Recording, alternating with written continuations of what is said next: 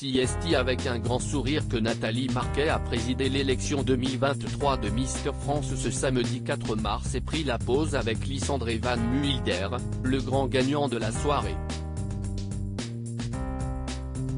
Dans une longue et ravissante robe noire moulante, assortie à une petite veste en cuir, elle a vu le jeune homme succéder à Lenny Taborel, vainqueur de l'édition 2022, note de la rédaction, en s'imposant face aux 28 autres candidats. De quoi lui rappeler des souvenirs, elle qui est devenue la 57e femme à devenir Miss France en 1987, avant d'être élue Dauphine de Miss Monde quelques mois plus tard.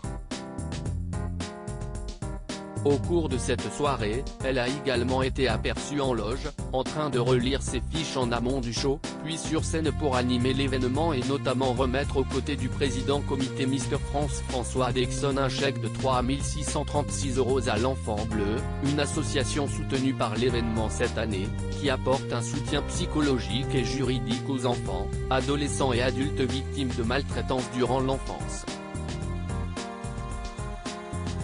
Je l'aille trop dans la tête. Nathalie Marquet a bien du mal à se remettre du décès de son célèbre mari Jean-Pierre Pernaut survenu le 2 mars 2022, soit il y a plus d'un an. Les mois qui avaient suivi le drame avaient été très compliqués pour l'ex-reine de beauté. Et à en croire l'interview qu'elle a donnée tout récemment pour Gala, sa peine est toujours immense. Ma souffrance ne faiblit pas. Tout le monde dit qu'avec le temps, elle s'atténue, la douleur, note de la rédaction. Pour l'instant, je ne trouve pas. J'ai besoin qu'il me serre dans ses bras, d'entendre sa voix, son rire, a-t-elle déclaré auprès de nos confrères, avant d'ajouter que se projeter en tant que femme, lui paraît impossible depuis le départ du présentateur, je l'aille trop dans la tête, j'aurais l'impression de le tromper.